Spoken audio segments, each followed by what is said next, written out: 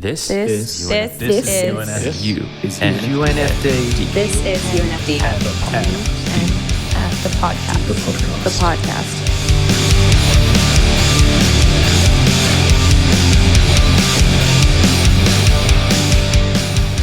My name is Lee Albrecht. I am the guitarist and songwriter, guy, and producer for the band Hollowfront.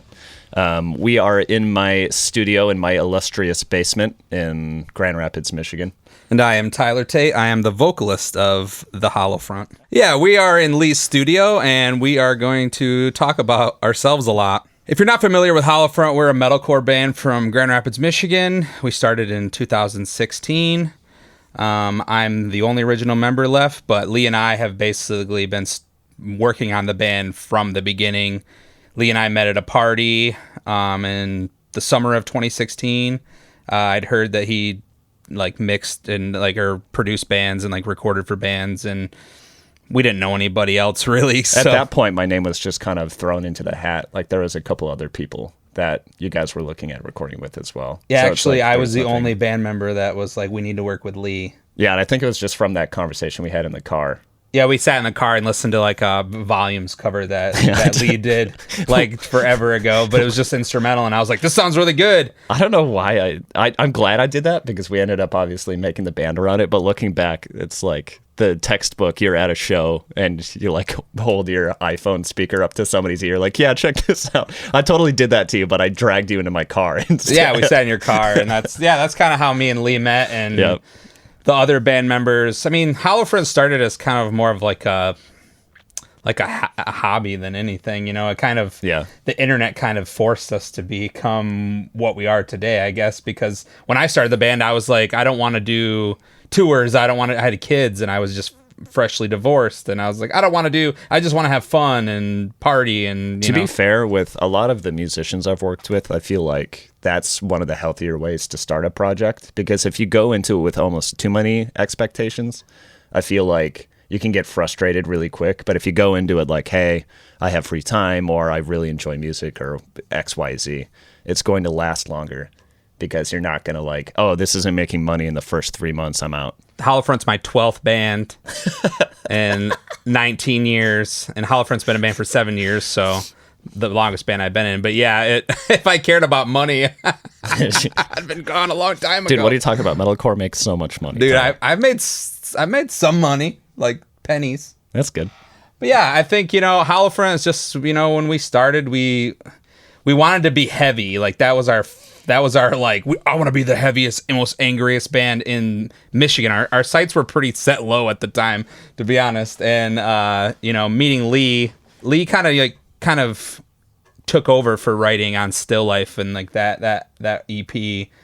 But the first EP was pretty much kind of Lee just putting textures and I was writing some stuff. Well, you guys didn't have finished demos, so I was kind of finishing the songs. Yeah, well, I was kind of piecing together the ideas you guys had into songs, and plus I was so young into my career at that point that I wasn't super confident to just take the guitar away from somebody if I didn't like something.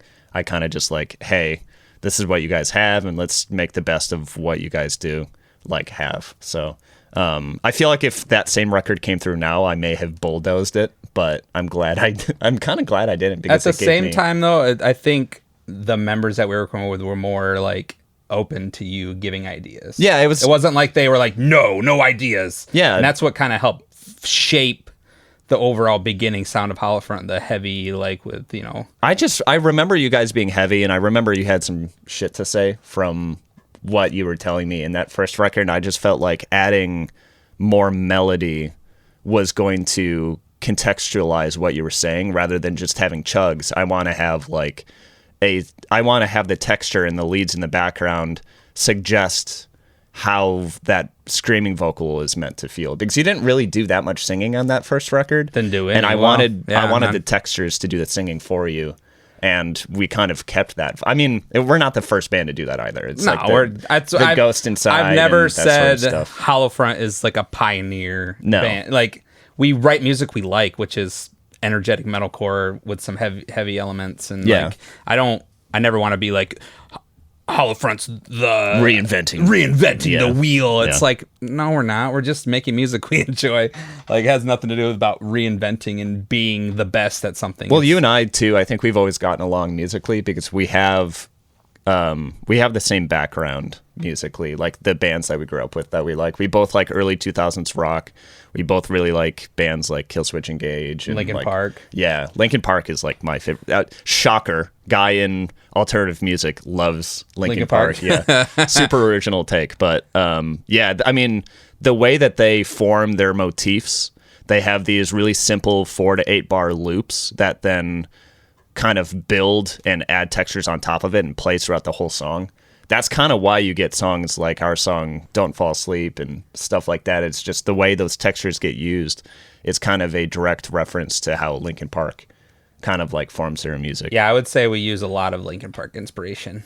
Yeah, at least just in formatting, you know what I mean? Yeah. Just like what, you know, and I think... Linkin Park also didn't shy away from speaking about mental health and that kind of stuff, and that's kind of what our bread and butter is kind of like, because I'm mentally ill, so all my lyrics have to do with my mental health. And I've always viewed this band as your mental journey with me creating the musical backdrop in order for you to be able to tell that journey. If you think about it, the new record that we just wrote is just a return to form to how we did things in the first 2 records. Yeah, it's Still Life and it's Home just Wrecker. You and I writing songs again. Yeah, our new album, The Fear of Letting Go, has just come out, and yeah, it's kind of a crazy turn of events that led up to it. So yeah, we should definitely dive into it. So to just kind of talking about schedule wise, like I had a healthy but kind of short amount of time that you would usually give for like a full record. It was right before tour, and I had my whole summer was basically already booked up. And I looked at, I think it was all of April or it was all of March, something like that is what I gave myself to write the instrumentals. We did all March, all April, pretty much. Yeah. Because we did mostly writing in March. And I mean, because this album was, obviously we were going to write an album this year regardless. Yeah. We didn't know that Dakota was going to leave. Yeah. So it was kind of like when Dakota decided that he needed to leave the band because of all the issues that we've had, you know, like our bus accident and legal troubles with insurance company over the accident, and just a lot of strain and stress. And you know, I was right there with him. I was steps away from leaving too, just because I was it's a lot of pressure, man. And just like, so, but we knew we wanted to do the record and we were going to do it no matter what, like Dakota leaving kind of like had to make us switch up gears. Like, well, if you remember fly. back all the way to the Still Life days when you thought you were like the band was ending back then. Yeah. I told you never quit the band, because as long as you and I stay, we can always write records. And it's kind of poetic that it ended up just eventually turning into that. Because we never really did like podcasts, or we never really talked about it in the past, people didn't realize that it was kind of you and I working on the music. And I was kind of always in the shadows. I was just the producer guy, which I'm totally used to. I do that with every band I work with. That's kind of how you wanted to be at that point. You didn't really want to, at least vocally. Yeah, and it didn't start to feel weird until I wasn't producing a record, where I was just kind of like co-producing / like writing. And that's kind of when I made the move to be like, this is, out of all of my musical projects, or out of all the bands that I write for, like a considerable amount, this is the one that feels like my project that I can write, that I felt either the most connected to, but it also felt like an extension of me. For the most part, all of the other bands that I write for, I am trying to write like them, or I'm trying to make sure that their integrity as an artist is being blended into what I'm writing with them. With Hollow Front, I'm just writing what I want to hear. So, same. Yeah. I think that's the main point, is that we just write songs we like listening to, enjoy the soundscapes and the energy and that's why, I mean, when we get asked to write just a ton of really piss heavy music, you and I struggle with that, because it's like, I like really emotionally charged, melodic, yet still heavy. It's like the heaviness comes from the emotional side, not from the how low can I tune my guitar and how long can I chug for kind of a thing. Low screams and high screams. I think like historically, and a lot of our fans know, that I don't like the heavy stuff. I don't like Ghosted and like the Itch and those like The Ghosted is a funny story. Yeah, so Ghosted was on our album Loose Threads. Yep. And we'd only signed up to do 10 songs on that album. Yep. And we went to a concert the night before. I can't remember. we? Yeah, we went to a show. Are you sure? That's where we met Ryan the first time. Oh, man, I wouldn't have remembered that detail. We but went to Fit for a King, and then we came home, and we were up till like 6 in the morning. I think it was later than that. It was like 6, 7 in the morning. I don't know. Yeah. I was like half asleep on the couch. I remember the sun was starting to peek through my old curtains, so it was late / early. Yeah, it was early as. And he was falling asleep on the couch, like next to me, and I just started playing. I detuned my guitar all the way to octave D, which, for those who don't play guitar, is basically bass tuning, which is like what lots of metalcore bands do now. But at the time, I thought it was just ridiculous, and I just kept looking at him, and he's like, "No, that sounds really stupid. We're not doing that." And I'm like, "All right, I really want to write this right now. This is my calling. I'm going to write this. If I write it and I give it to you for free, will you put it on the record?" He's like, "Oh yeah, for sure." you did a 180 so fast. You're like, "Oh, free shit, Free for sure." shit, man. I just like when someone says free, I'm free song. Okay. I needed that in that moment. But honestly, I was half asleep on the couch. I'm just like, no. Also, when we're building albums, I like to have, as much as we just talked about how we don't usually write a ton of heavy music anymore, I like to have on, like if you're going to talk about the composition of a song, it's good to talk about the composition of a record. And it's good to have a song that pushes your boundaries in either direction. Like how emotional and quote unquote light can you go, and how heavy and emotional can you go, and what does for that more look like on the context, two I don't sides? hate those songs. They're just my least favorite Holofront songs. Yeah. I think that you have to have that texture on an album. You have to have heavy. You have to have light. You have to have the in between. You have to have, or it's just gonna sound the same. The same energy the whole time, which is just, for me, is unlistenable. I can't listen to a record that's the same energy and the same tempo and the same. Yeah. Just everything's the same. So I, as much as I talk about not liking Ghosted, I appreciate those songs, and I appreciate we write those songs for our fans that like the heavy stuff, and we're always going to do that. If you had to narrow it down, is there a song on any of our records that you're like, either lyrically or just sound wise, is there anything that you're a big fan of that you like did what I'm right? most proud of? Man, I don't know. I think Wearing Thin is one. Really? I would not have guessed. If you held a gun to my head and made me guess which song you like the most. There's other songs, but I just think that song as a standalone song was just so well done.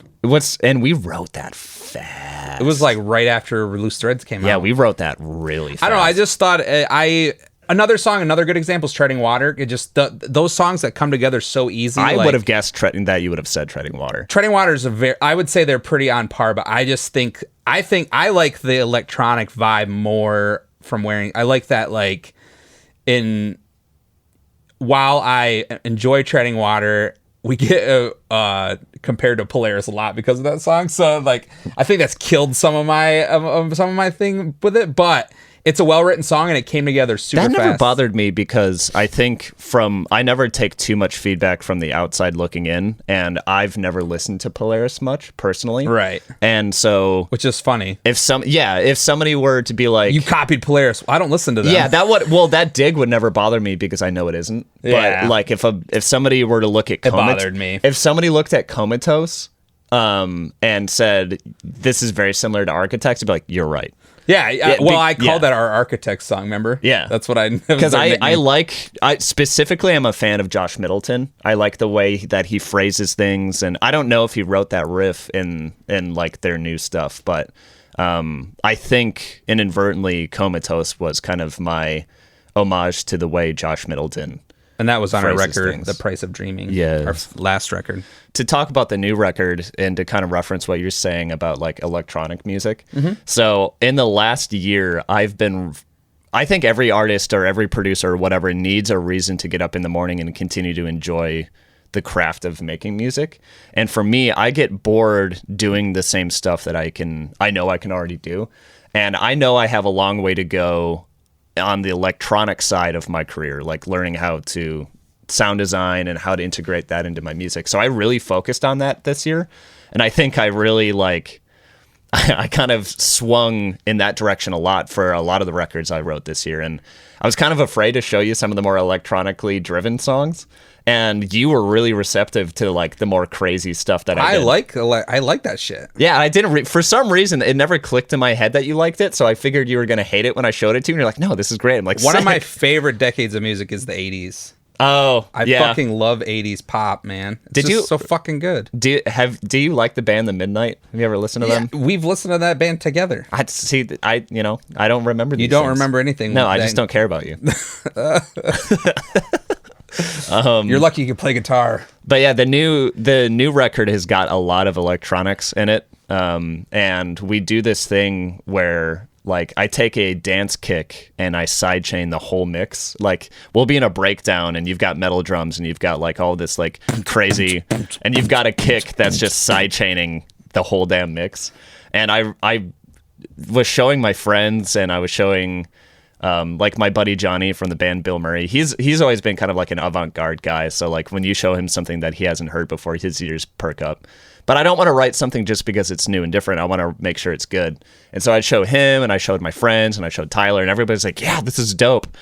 And I was like, I really like this, but I'm worried that the Holofront fan base is going to be like, what the fuck is happening? Sidechaining is the action of taking like any key spike or any kick or anything that's going to send a signal to something else, and it's going to shut down the signal of the receiving compressor or whatever. So for instance, if I have like a kick drum, that would send a signal to my bass guitar, and every time the kick drum hits, the bass guitar would duck in volume per the settings that I put on it. So like if I put a kick drum down on a whole mix and I sidechain the whole mix, every time that kick drum hits, it's going to duck everything underneath it. And so like, not to be annoying, but like it's that sound of like ding ding, like the sound of the synthesizer being on like the offbeat. That's from like a technical standpoint, that's what sidechaining is. And I thought it'd be interesting to just do it to the whole damn mix, because I love the sound of 4 on the floor, like a boom ka boom ka. I love that sound. But in our music, we require more inner beats and more technicality. So I tried to do both. And you'll hear that all over the record. Like we did that on like riffs, we did it on choruses, we did it on breakdowns. We did it like not all on the same song, but throughout the record we revisit that idea and we do it to different parts of the songs. Which I'm just trying to get people to TikTok dance to Holofront. Yeah, get your TikToks out. The goth kids rave meme. Like I love that. Like I think it was Davian who first did that, and I lost my shit on tour. Yeah, we made some memes with it, so we'll probably the world will see those shortly. I've had a few pretty dark moments while being in this band. Like Still Life was definitely one of them. Like right before that came out, like I was about to quit, and then like before the Fear of Letting Go, before we recorded that, like even like I was almost the first one to leave because of everything that was going on with everything. I was just like, I'm 30 something years old. I got kids. And what makes you a good lyric writer is that connection to your life, though. Is like the stuff that you struggle with is why we're able to tell any story at all. Yeah. So that's Dakota leaving kind of threw a wrench in the works for a second, and then me and Lee kind of were just like, all right, this is the plan. Like we're gonna do this, just you as vocals, and we're just gonna go along like.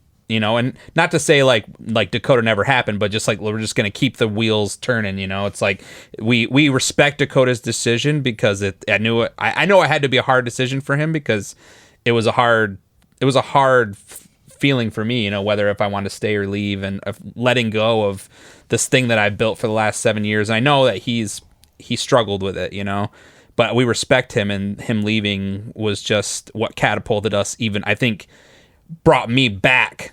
Even more, I think. Everything stems from the accident that we had in March of 2022.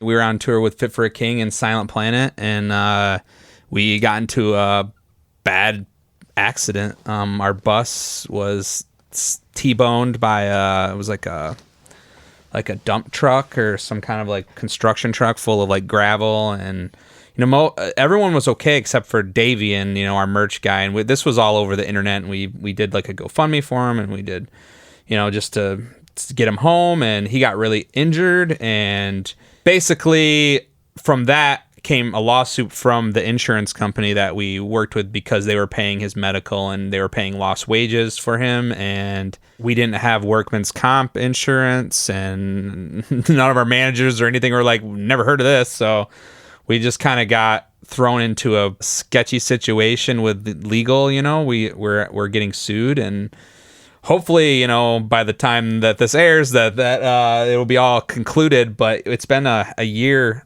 of hell, and that's one of the main reasons Dakota left, was that this legal stuff. And on top of that, we also owed a lot of money in taxes. Yeah, it's a lot of rookie mistakes, and just it's the growing pains of running a business, I think, and it all came at us all at once, kind of a thing, and we just, like, Dakota couldn't handle it anymore, and Brandon couldn't handle it anymore because we weren't making any money from the band because of all these issues, and it's hard to be and it's still affecting us now. Like, we're not able to do everything that we want. Yeah, like we're pretty much, as a business standpoint, we're kind of on a standstill just because of all the legal stuff. So yeah, it's just stuff we've been dealing with, and which ended up making Dakota leave, and then in turn, our booking agents and our managers also decided to part ways with us. We've had a lot of bad luck, and the fear of letting go is definitely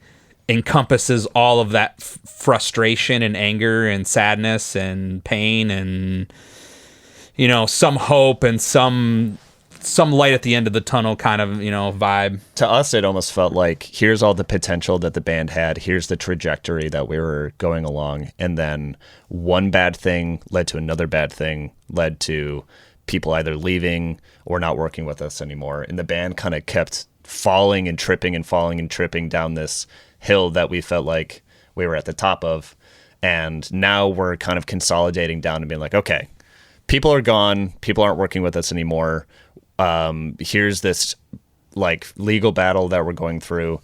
Let's just narrow all of this back down to the two of us, and regardless of what happens, we can make music together, and there are people out there that like our music, and regardless of everything that's happening, we can always rely on ourselves to just be able to make content. And that's kind of what this album is. It's just like almost spitting in the face of all of the bad things that have happened to us. Like, regardless of all this shit that's happening, we're still going to make a record. We're still going to get up in the morning and make music. Yeah, we've been beaten down loads of times, but it's like we're still making music. For any of those listening who have ever been in a band, it is so hard to organize, and the older you get and the more life gets in the way, it's really tough to organize like 5, 6 members, however many people are in your band.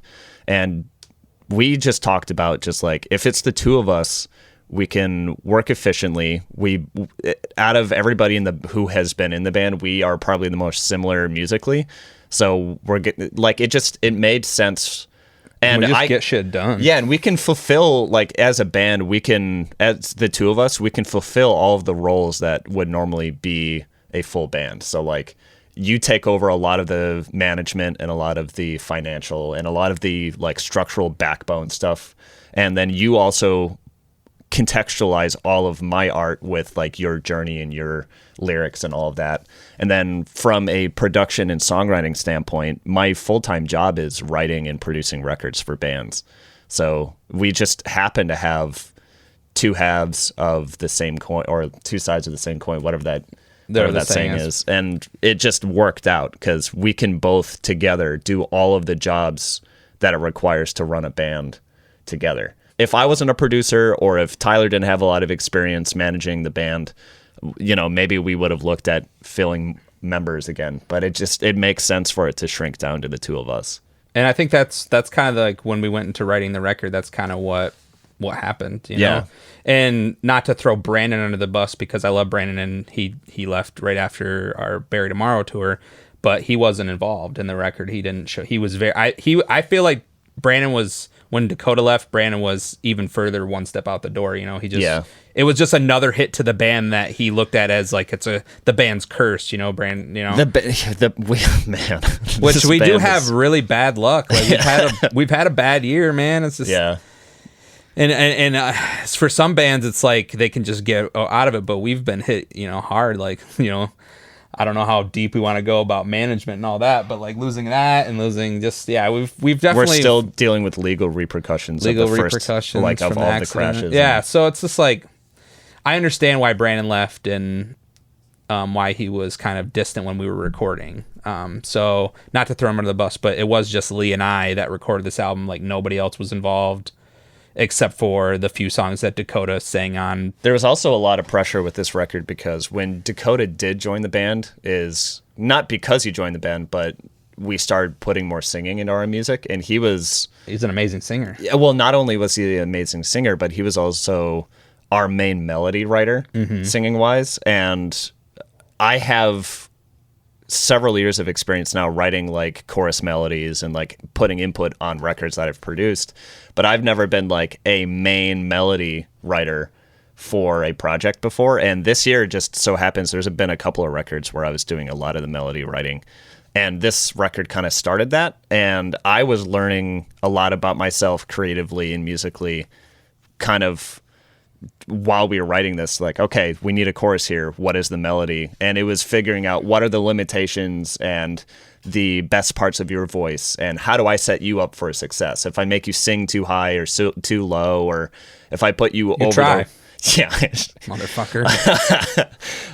So that that was a challenge for me. Is like my typical role is like guitar writing and composition writing and producing and textures and stuff, but I also had to pile on top of that, like making sure that the phonetics of the chorus read well and making sure that the melody was good. And yeah, I'm not as seasoned of a melody writer at all because I've only been writing screams for so long. You had some good ideas though. Like I've had decent, but as overall, there's much room for improvement. But it was challenging to like, so I'm a baritone, I can't sing very high, so like there's demo versions of our songs where I'm just singing in my falsetto voice and here's the melody, and that Tyler had to sit with for a long time, like, here's my idea for the melody, would this sound good with your voice? And I think after doing 10 songs that way, I have a very good idea of like what key I should write in for him to sing, what his voice is capable of, what like how can we continue to write better songs, because I have a better idea. Because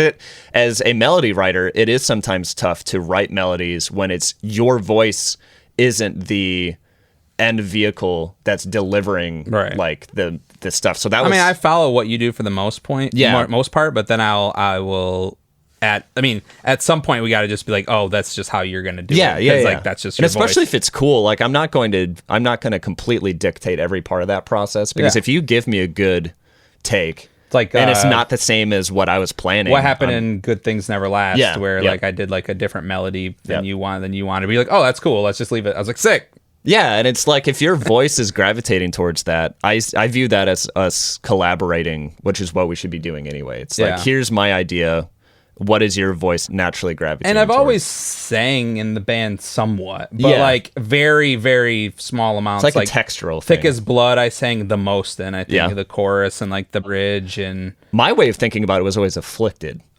Yeah, I sang. Well, I only sang like the little bit now. You do the power vocals in Afflicted, like the main part of the chorus. A lot of people don't know that though. They think that's all Dakota.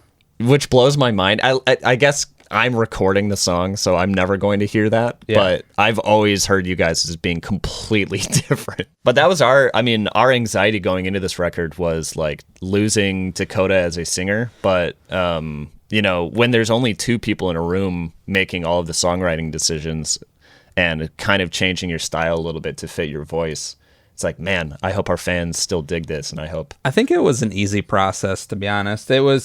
It was stressful for the fact that we kind of gave ourselves like a really small time limit, but I don't know. I had fun on this record. Yeah, we flew through this record. Yeah, man. we flew through. We were writing, a couple songs a week, and yep. I've kind of told you this, but even for like some of the other projects I'm writing for, I have been practicing writing instrumentals in 3 hours.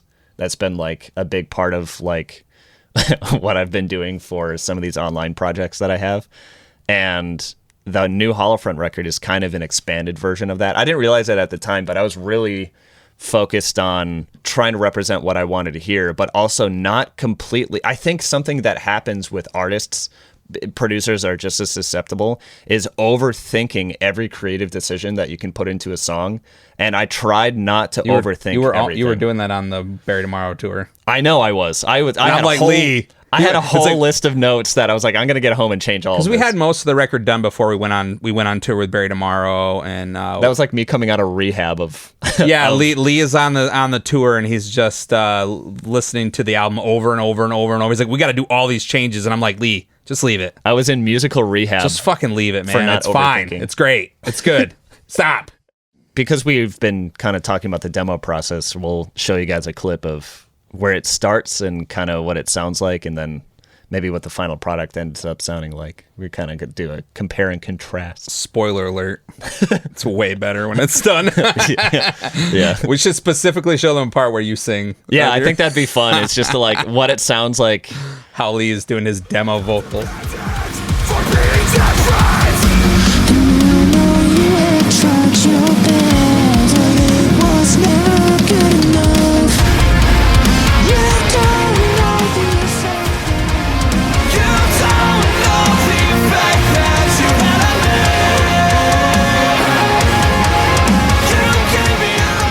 Moving forward, even after this record, is a lot about rediscovering what methods we have to use to move forward as like a duo.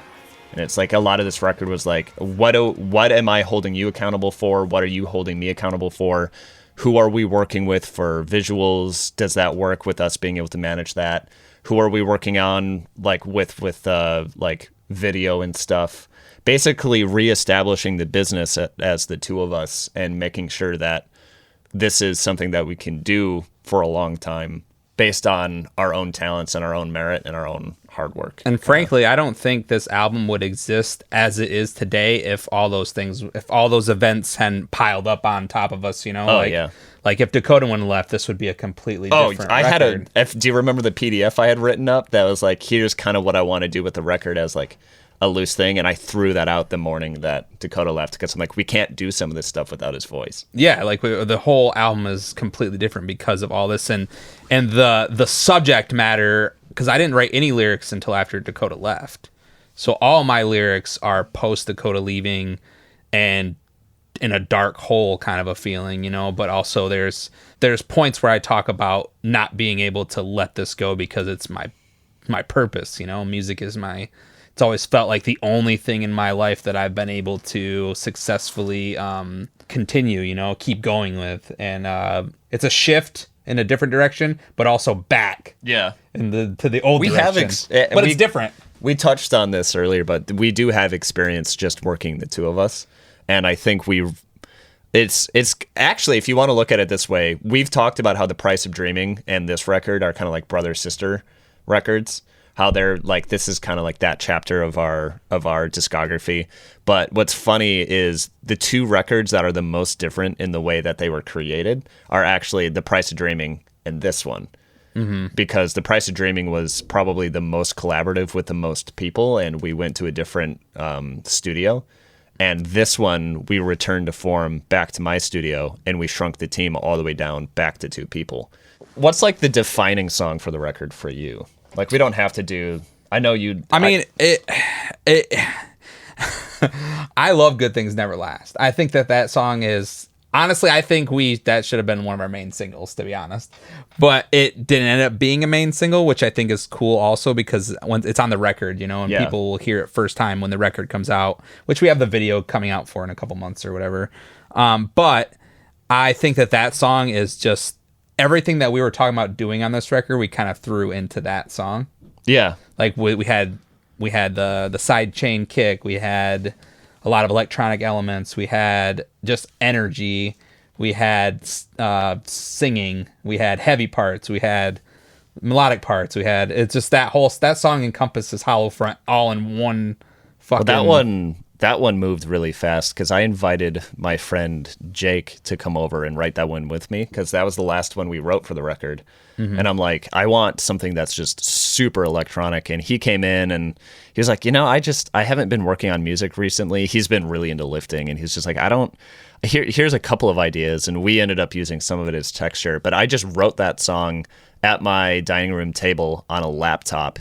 And while I was napping in the other room, I'm sure on the couch. if there are any of you who do write music, sometimes ideas are just flowing out of you and you're loving everything you're making. That was that song for me. And sometimes you get to the verse and you're like, I hate myself. I hate everything I do. I hate, but that song just like, maybe it was because I changed scenery and maybe it was because I was in a different part of my house, but that song just like fell out of me literally. And then we went on tour and with the song being not completely finished, and I got home, sat down and wrote the rest of the song in like 2 hours. So that song just like fell out of me, and it's probably the most different, and it's got the most like crazy sidechain textures and stuff that we've never done before. And if we're looking at the record while I was on tour, when I was overthinking everything, that was one of the songs I was afraid of. I'm like, man, what are people going to think of this? This is so different for us. But once we added vocals to it, and it felt like us again. Yeah, and for sure. Thematically, like when I wrote that song, that was after we got home. Yeah. And that was after like the issue, because we had issues on Bury Tomorrow too. Just like every tour we've ever done, we've had issues. So we get home, I'm in a dark hole. Brand had just left, and I'm just like, in my mind, it was like almost the death of Hollowfront in a way. So I was like, in my mind, I just thought good things never last. Yeah. Nothing ever good in my life ever stays. And that's part of that's a self-pity and which is mental illness, man. But I was just like, good things never last, and that's how it was. It's a pessimistic way to look at it, but it also it's not how it turned out. It's not how things are currently for us. I think it's cool because, not to say that the song is bright, but because the song is so quote unquote kind of hype and kind of bright-ish texturally, it's cool that the context and the meaning behind the song is so dark. Because I think dark themes with dark songs can be kind of boring, and bright themes with bright songs can be kind of boring. So it was fun to blend that on that song. Is like, here's this like bopping, here's this bop of a song with like these really sad. Now TikTok dance to it. Yeah. But when we were putting the record together, in a lot of the like more dance style stuff that we were doing, I went into it thinking like, man, I don't know if we're going to continue doing this, or if this is just like a one album thing, or if I made a mistake by putting these textures in. But after the album, after I've been sitting with the album, after it's been written, all of the really crazy creative decisions that we made, those are the songs I'm the most happy with, are the ones that I was like, oh, I don't know if people are going to like this. Looking back, I'm like, I like those the most because musically, that's what I'm the most interested in. So I'm glad we did that. And it's just a fun song. Yeah. They're fun. They're fun to listen to. I feel like metalcore needs to be okay with being fun sometimes. It's so damn serious. All my lyrics are pretty serious, but yeah, that's fine. But I'm just saying, I think texturally and musically, I think this genre is just so serious all the time that it just bores me on that dynamic sometimes. And I like to do different shit or to have fun with the music sometimes because it's music. You can do that. Yeah. You can do whatever you want. Yeah. And it feels like you can't always do whatever you want sometimes. It was nice to like change that. Fuck you. I won't do what you told me.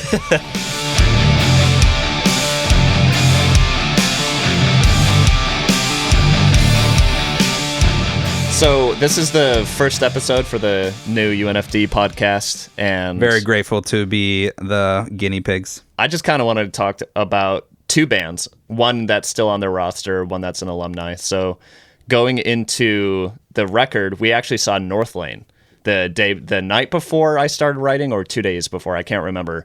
And I'm in music, but I don't like live concerts. It's not really my thing. I think because my brain is always thinking about music, I don't like to think about music in my free time. It's just, and I like playing shows, not going to shows. Yeah, unfortunately, I can't separate myself from it. If I'm listening to music, I'm like thinking about it and breaking it down. It's like, it's just taxing. But I love Northlane. I love that band. I really, really, really dig Alien and their new music. And they played a lot of songs off of Alien when we saw them. And I just remember being so inspired to go and write music and being so glad that I saw them before, because I feel like that gave me a little bit of like creative juices to go and be like, okay, if I can do something that cool, I'm going to be excited. So I just wanted to kind of talk about how much I loved their performance in Grand Rapids. That was so sick.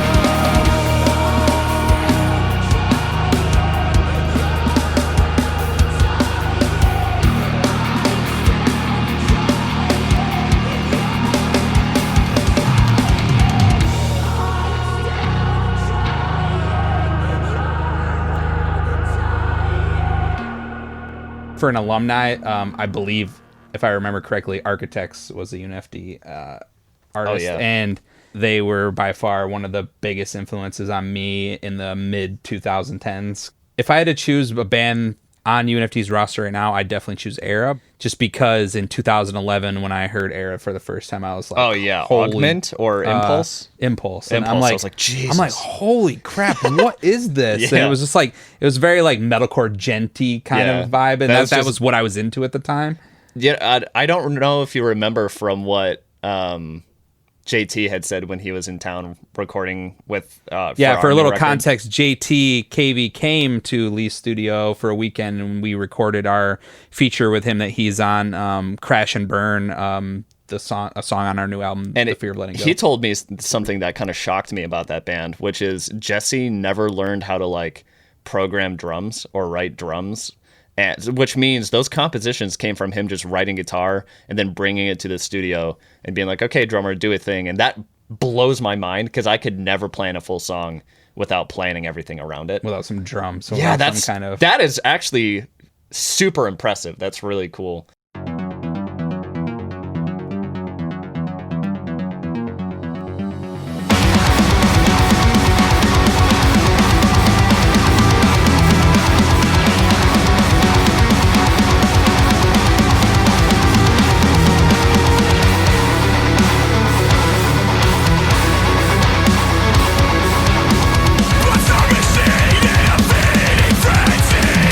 Don't look now, but the forest collapses.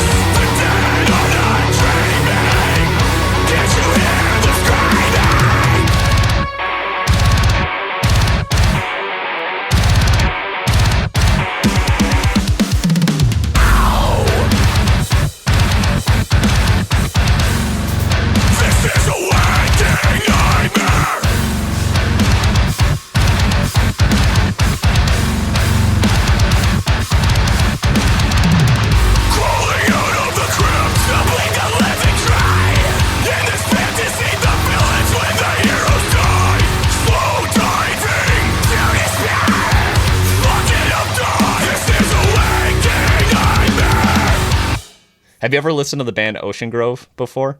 Yeah, they're on UNFD. Dude, so Frankie, actually my roommate, Frankie, he does a lot of designs for us. And Sleepwaker, also formerly UNFD. Yep. He showed me Ocean Grove probably in like 2017 or 2018.